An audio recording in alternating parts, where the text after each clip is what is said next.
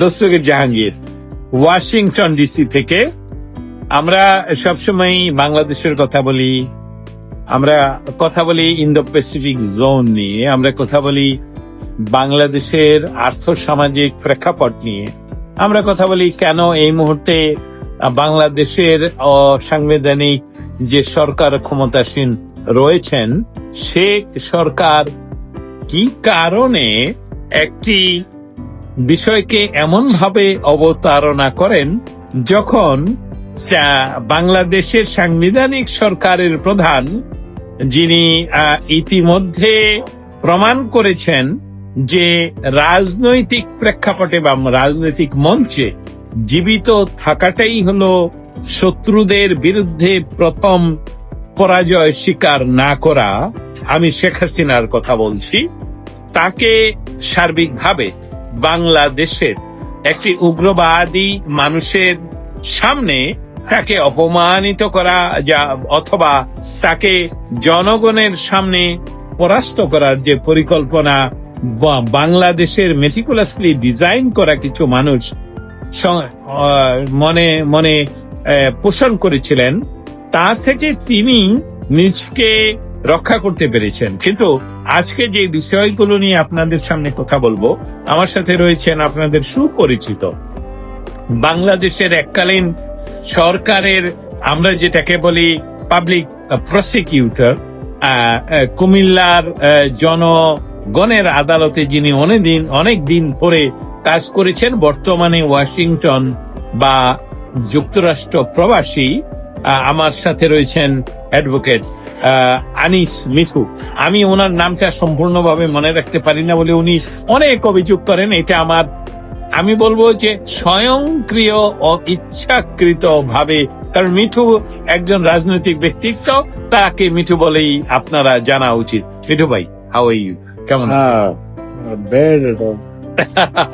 আচ্ছা, আপনাকে আমি যতটুকু জানি, বর্তমান যে নির্বাচনী ব্যবস্থা, সেই নির্বাচনী ব্যবস্থায় অনেকেই আপনার সাথে যোগাযোগ করেছেন তথাকথিত যে একটা নির্বাচনে আপনাকে অংশগ্রহণ করার জন্য। আমি আর না বলে আপনার কাছ থেকে শুনি। ওইসব ব্যাপার নিয়ে আলোচনা করতে চাই না। যে নির্বাচন হতে যাচ্ছে সেটা তো পরিষ্কার একটা প্রশ্ন, এবং বাংলাদেশের ইতিহাসের সবচেয়ে খারাপ নির্বাচন হতে যাচ্ছে আগামী নির্বাচন।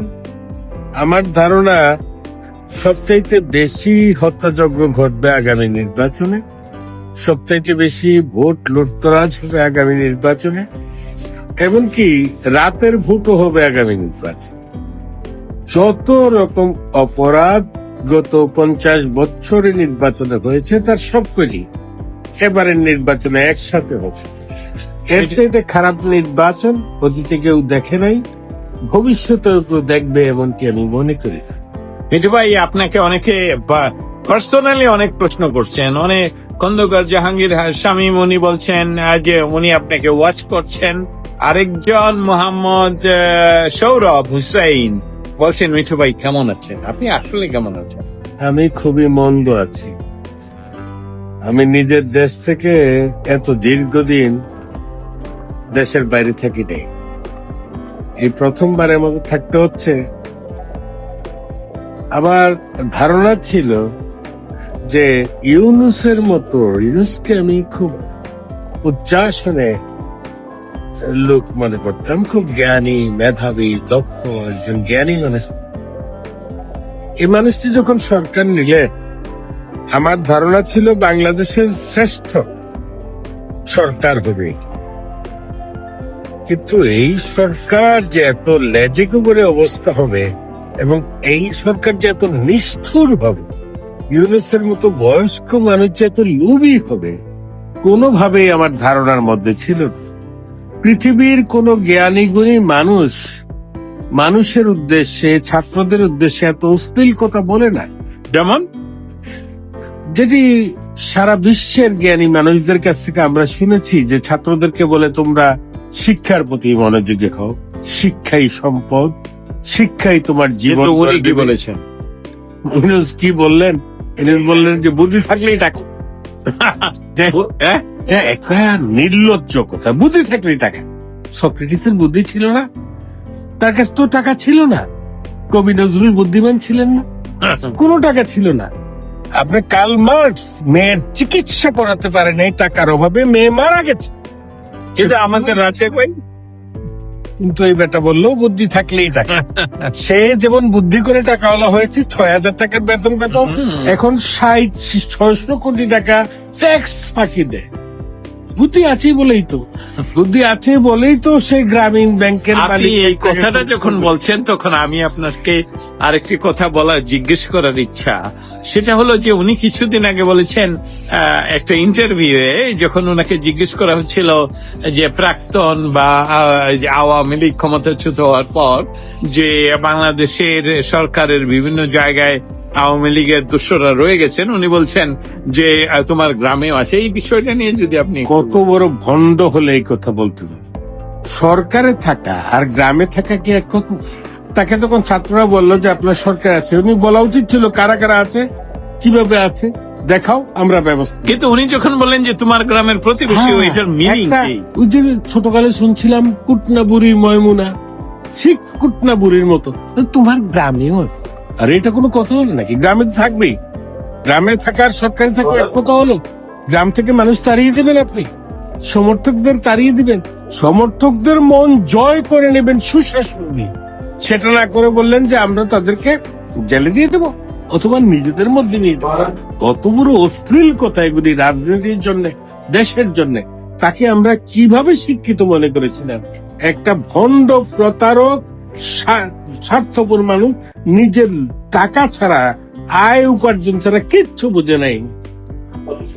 জাহাঙ্গীর হায়দার শামীম ভাই খন্দকার তিনি বলছেন, জাহাঙ্গীর ভাই, মেঠু ভাই, আপনারা প্রার্থী নিয়ে একটু কথা বলবেন দয়া করে। খন্দকার জাহাঙ্গীর ভাই, আপনি একটু পরিষ্কার করুন প্রার্থী নিয়ে আমরা কি কথাগুলো বলবো। কারণ আমরা জানি যে বাংলাদেশ আওয়ামী লীগ দুই ভাবে নির্যাতিত। প্রথম ভাবে নির্যাতিত যে বাংলাদেশের বর্তমান অসাংবিধানিক সরকার তাদেরকে কার্যক্রম নিষিদ্ধ করেছে, রাজনৈতিক ভাবে তারা অংশগ্রহণ করতে পারছে না। এখন আমি প্রার্থী নিয়ে কি কথা ওনাকে জিজ্ঞেস করবো, আপনি যদি বলে দেন তাহলে আমার জন্য সুবিধা হয়। কিন্তু আমাদের সাথে আরো একজন যোগদান করবেন, জুনায়েদ মোহাম্মদ জুনু, ইয়া থেকে, আমাদের শিবপুর থেকে। তার আগে আমি আমাদের মিঠু ভাইয়ের সাথে দেখতে চাই। আচ্ছা মিঠু ভাই, আমি আপনাকে একটি কথা সরাসরি জিজ্ঞেস করতে চাই। আপনি যদি একটু বিস্তারিত বলেন, আপনার বয়সের তুলনায় আপনি কত বছর ধরে আওয়ামী লীগের সাথে? আমি 1987 সাল থেকে আওয়ামী লীগের সাথে যুক্ত। 88 সালে ভিক্টোরিয়া কলেজে প্রথমবার নির্বাচন করেছি, 89 সালে আবার নির্বাচন করেছি, 90-এর পরপরই জেলা ছাত্রলীগের সদস্য হয়েছে 91 সালে। তারপরে জেলা ছাত্রলীগের সাংগঠনিক সম্পাদক, সাধারণ সম্পাদক ইত্যাদি দীর্ঘ বিভিন্ন পদে ছিলাম এবং দলের জন্য যথেষ্ট কাজ করেছে আমার মনে হয়। আমাদের আন্দোলনগুলি ছিল এমন যে 90-এর এরশাদ বিরোধী আন্দোলন, পথ রাত্র পথভাবে কাটালাম, স্কুলের ছাদে ছিলাম, প্রাইমারি স্কুলের বেঞ্চিতে ছিলাম, রাত্রিবেলা থাকার জায়গা ছিল না, কোথায় যাব? চতুর্দিকে পুলিশ, আর্মি, কত কত কিছু করলাম এই দেশটাতে গণতন্ত্র এবং প্রগতির প্রতিষ্ঠার যায়। সেই দেশ একটা সময় এসে এভাবে উল্টো পথে হাঁটবে এটা কখনো মনে হয়নি। আমার দেশ পাকিস্তান, আফগানিস্তানের পর্যায়ে চলে যাবে। বাংলাদেশের মানুষ, সাধারণ মহিলারা, ছাত্রীরা সন্ধ্যার সময় ঘর থেকে বের হলে হুজুররা বলবে, এই মাগি তোর হিজাব কই। এইরকম দেশ আমাদের। জজকে বলবে ছাত্ররা গিয়ে, তথাকথিত ছাত্ররা, এই জজ জামিন দিবি না, আমরা ধরে আনছি। হায় হায় রে, এরকম দেশ তো কখনো কল্পনা করিনি যে বাংলাদেশ এরকম পর্যায়ে চলে যাবে। আমি আবারও ফিরে আসবো আপনার কাছে। আমাদের মাঝে আশিকুল ইসলাম তারেক। আমার প্রশ্নের উত্তর পেলাম না। আশিক ভাই, আপনার প্রশ্নটাই বোধহয় আমি মিস করেছি। দয়া করে আপনার প্রশ্নটা আবার লিখে পাঠান। এক্ষুনি আমার সাথে যিনি উপস্থিত রয়েছেন উনি আমার সিনিয়র লার্নেড অ্যাডভোকেট, কুমিল্লা বারের, আপনাদের উত্তর উনি অবশ্যই দিবেন। খন্দকার জাহাঙ্গীর হায়দার শরীফ এনসিপি প্রার্থী সংকট নিয়ে আপনি যেহেতু অনেক ধরনের, অনেক পুরাতন রাজনীতিবিদ, আপনার জন্ম, বয়স সমস্ত কিছু জিজ্ঞেস করার একটি মৌলিক কারণ ছিল এই যে আমার মনে হচ্ছে আপনার বয়সের চেয়ে আপনার রাজনৈতিক বয়স অনেক বেশি। সেই জন্য আমার এবং সেই জন্য হয়তো খন্দকার মোহাম্মদ জাহাঙ্গীর এনসিপি প্রার্থী সংকট, এটা আমি না বুঝলেও হয়তো আপনি বুঝতে পারছেন। সো আপনার মন্তব্য চাই। এনসিপির প্রার্থী নিয়ে একটু মন্তব্য করতে চাই। কয়েকদিন আগে একটা রিক্সাওয়ালাকে ওনারা নমিনেশন দিয়েছেন। রিক্সাওয়ালা নমিনেশন তো তেমন দোষের কিছু না, কিন্তু বুঝতে হবে যে কোন পদে নমিনেশন দিচ্ছে। আইন প্রণেতা, পার্লামেন্ট মেম্বার নমিনেশন দিলেন একটা রিক্সাওয়ালাকে। এটা দেখে আমার বাবার কথা আমার খুব মনে পড়ল। আমার বাবার এই দোস্তুদের ভাই অনেক পুরানো একটা লং কোট ছিল, তো এটা একটা সময় পরার অনুপযুক্ত হয়ে পড়লো। উনি আমাকে বললেন যে এটা একটা ফকির টকির দিয়ে দিন, ওনার একটা লং কোট বলে। তো আমি এটা দিতে চাইলাম একটা ফকির রে। ওই ফকির বলে যে ভাই আমি এটা নিমুস, এটা পড়লে কুত্তা আমারে কামড়াইতে তোর, বিরাট লম্বা। তো সিলেট রেখেছিলেন, পরে ওই ভিক্ষুককে দিতে পারলাম না, বা এসে বললেন যে এটা বললাম একটা ফকির দিয়ে দিতে। আমি বললাম যে ফকির তো নেয় না। বললো যে না নিলে তারে 2 টাকা দিয়া কোটটা দিয়ে দি। তো এনসিপির অবস্থা এরকম যে নমিনেশন কেউ নিতে না চাইলে কয়টা টাকা দিয়ে যেন তার এই নমিনেশনটা দিয়ে দেয়। সেই সাথে আপনার সাথে আমার মনে হচ্ছে জাহাঙ্গীর ভাই আমি সংযুক্ত করতে পারি যে একটা রিক্সাওয়ালা এবং ঢাকা মির্জা আব্বাসের বিরুদ্ধে এরকম একটা হাস্যকর প্রার্থী, এবং সে কি আইন প্রণয়ন করবে, আইন সংশোধন করবে, আইন সংযোজন, সে আইনই তো বুঝার কথা। তাকে পার্লামেন্ট মেম্বার নমিনেশন দেয় কিভাবে? এদের মূর্খতা সীমাহীন। এরা নিজেদেরকে মেধাবী দাবি করে আন্দোলন করলেও এরা এই মনোনয়নের মাধ্যমে প্রমাণ করেছেন এরা কতটা মেধ। আমি দেখতে পাচ্ছি আপনার পাশে আমাদের সাথে যুক্ত হয়েছেন আপনার খুব প্রিয় ভাজন এবং আমাদের বাংলাদেশের নরসিংদীর এমপি সাহেবের ছোট ভাই এমপি মোহন সাহেবের ছোট ভাই নাম জনু ভাই। জনু ভাইকে আপনি যদি আমার পক্ষ থেকে প্রশ্ন করেন যে আওয়ামী লীগের এই দুঃসময়ে জনু ভাই এবং শিবপুরের অবস্থা বলেন। জনু ভাই,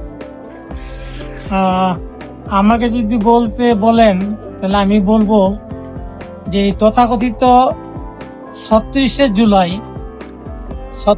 জুলাইয়ের এই মেটিকুলাস প্ল্যানের পরে আমাদের বাংলাদেশের যে একটা তথাকথিত অবৈধ সরকার, ইউনূস সরকার, সুধী মহাজন, যে দেশে যে অরাজকতা বিশৃঙ্খলা তৈরি করেছেন, সৃষ্টি করেছেন, এই অল্প সময়ের মধ্যে যে আমরা আগেই ভালো ছিলাম, এই কথাটা যেটাই একটু আগে একটা রিক্সাওয়ালার কথা বলেছেন, শুধু রিক্সাওয়ালা না, একটা সবজিওয়ালা, একজন নিরীহ সাধারণ জনগণ, প্রত্যেকের মুখেই একটা কথা চলে আসছে যে আমরা আগেই ভালো ছিলাম। তাহলে আমাদের সাংবিধানিক ভাবে যে প্রধানমন্ত্রী, মাননীয় প্রধানমন্ত্রী আমাদের জননেত্রী শেখ হাসিনা এই দেশের জন্য যে কিছু করেছেন, দেশের উন্নয়ন করেছেন, জনগণকে শান্তিতে রেখেছেন, জনগণের নিরাপত্তা ছিল, শান্তি ছিল, এটা আমাদের বলার কোনো অপেক্ষা রাখে না।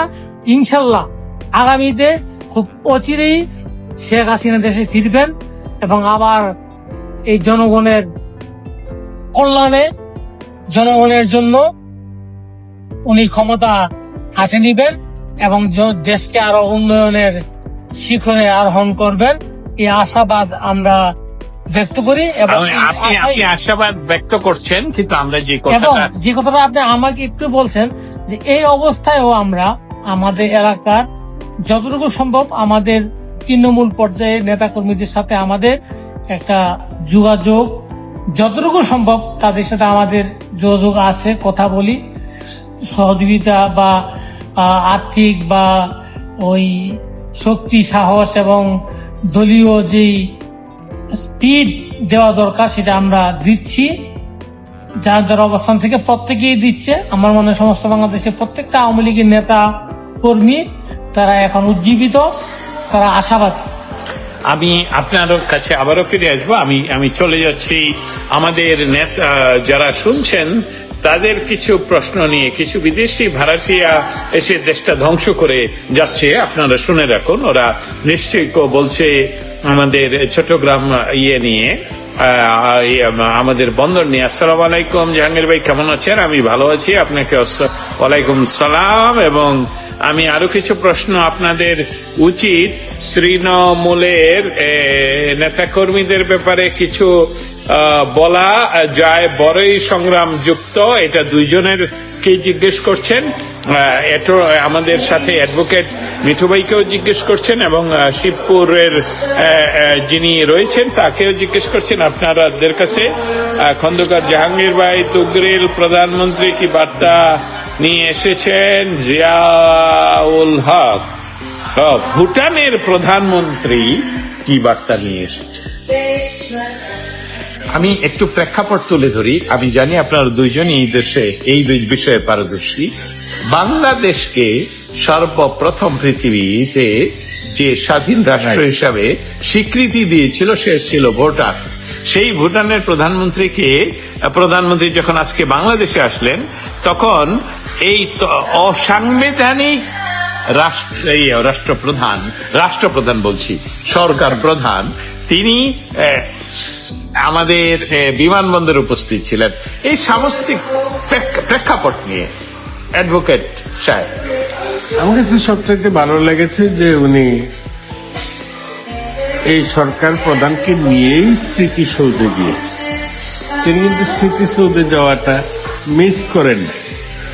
এখান থেকে যারা 24কে বা যে সমস্ত হুজুররা বলেন যে টাটকা স্বাধীনতা, তার একটা লেসন পেয়েছে যে স্বাধীনতাই স্বাধীনতা। তার মানে দ্বিতীয় তৃতীয় কোনো স্বাধীনতা নেই, কিচ্ছু নেই। কারণ আমি সরি, আমরা জানি জিয়াউর রহমান এসে বলেছিলেন দ্বিতীয় স্বাধীনতা, এরশাদ এসে বলেছিলেন দ্বিতীয় স্বাধীনতা, তাই আবার ওরা এসে আবার বলছে দ্বিতীয়, তারা তৃতীয়তে যেতে পারছে না। সবাই দ্বিতীয় স্বাধীনতা বলতে চাচ্ছে এবং শেষ পর্যন্ত তাদের কারো কিছুই থাকছে না। এই যে যারা জুলাই যোদ্ধা, এরা জুলাই ব্যবসায়ী।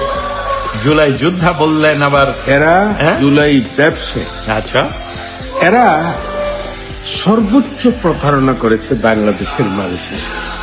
আপনি যদি একটু বিস্তারিত বলেন। বাংলাদেশের মানুষকে এক ছাত্র হিসেবে মানুষ তাদের পিছনে আসলো কেন? মানুষ তাদেরকে মনে করেছিল 5 তারিখের পরে দেখা গেল সবাই ছাত্রের বাবা, বেশিরভাগ, এবং অন্যরাও ছাত্র। তারা বললেন আমরা একটা বৈষম্যহীন সমাজ চাই। সবাই তাদের পিছনে আসলো। তারা ভেবেছিল যদি শেখ হাসিনার পতন হয় আরো বেটার একটা সরকার আসবে, যে সরকারের সময় সত্যিকারের আরো ভালো। আমি এখানে আসলে একটা প্রশ্ন করতে চাই।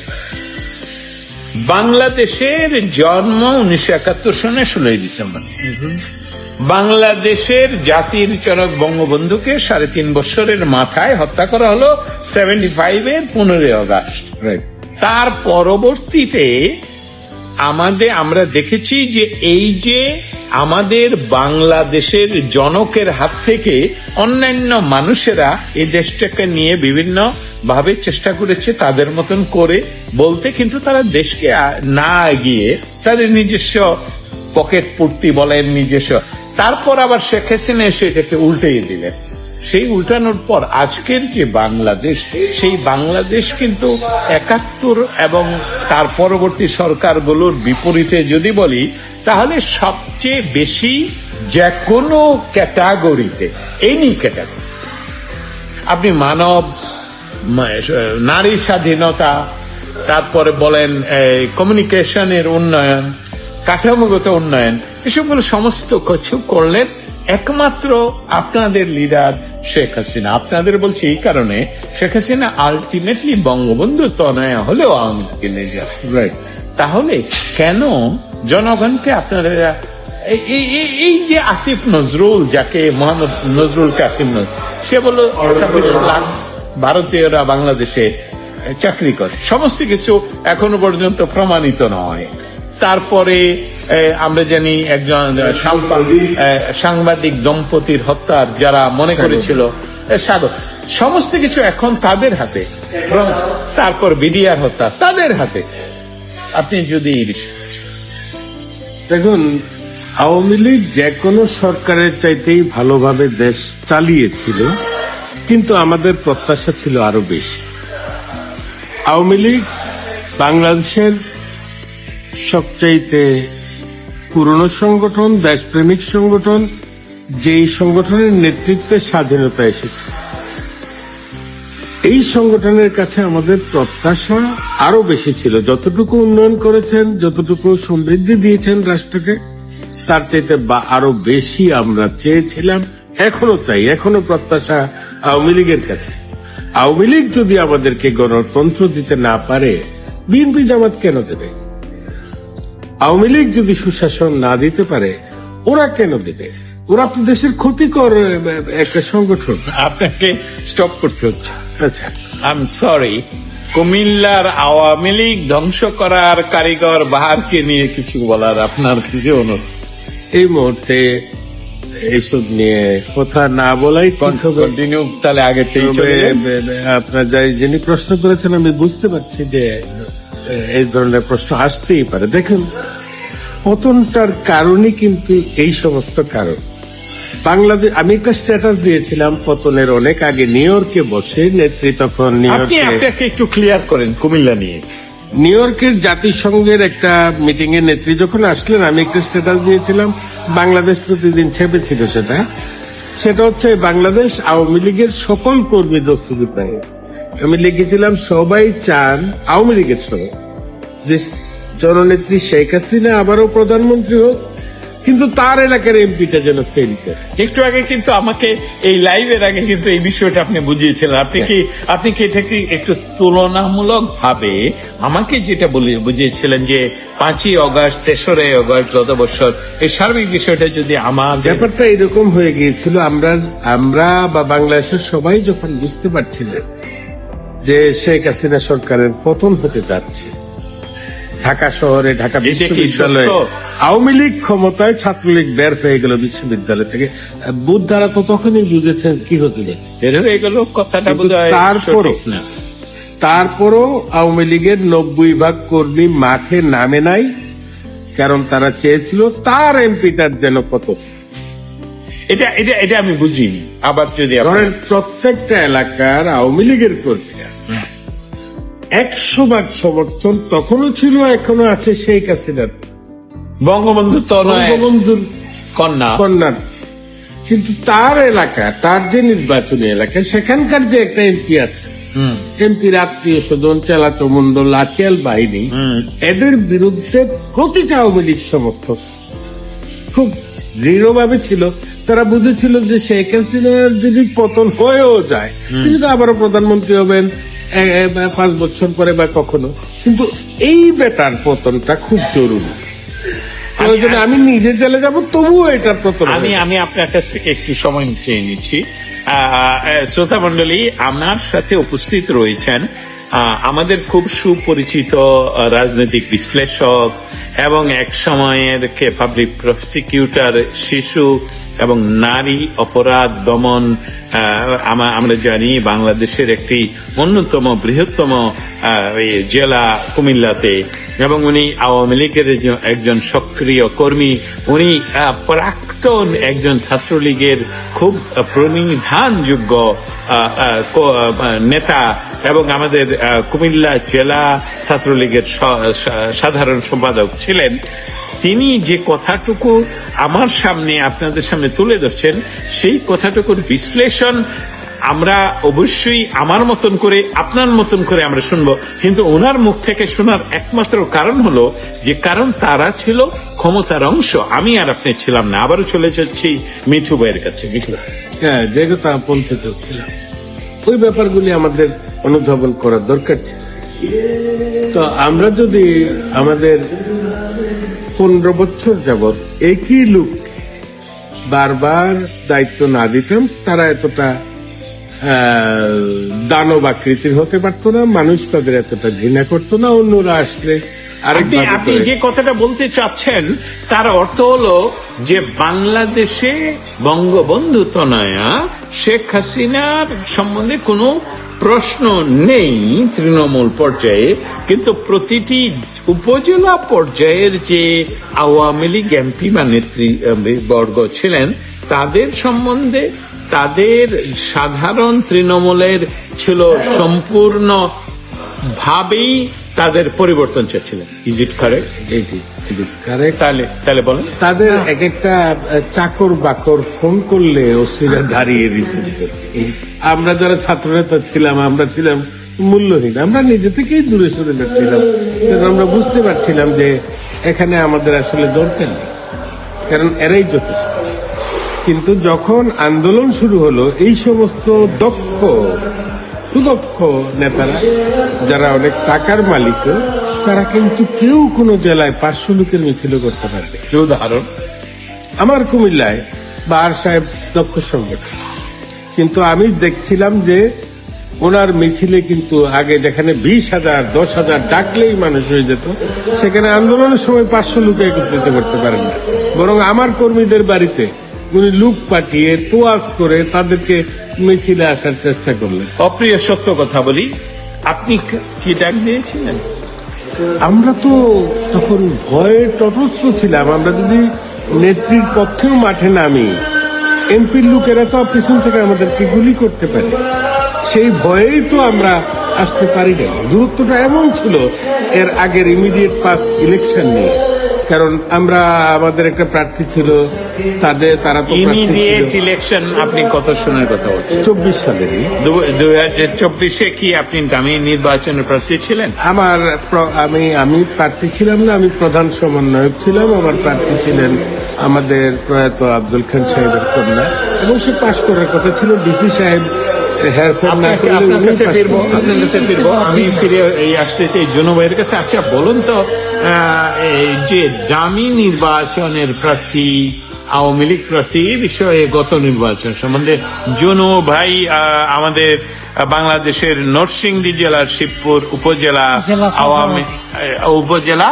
আওয়ামী লীগের জেলা যুবলীগের সাধারণ সম্পাদক জোনায়েদ চৌধুরী জনু। এখানে আমি একটু দ্বিমত বা একটু কথা বলতে চাই, যেটা হলো যে সমস্ত বাংলাদেশেই জননেত্রী শেখ হাসিনার সিলেকশন ভুল ছিল, বা সমস্ত বাংলাদেশের এমপিরাই অজনপ্রিয় ছিল না, জনপ্রিয় ছিল।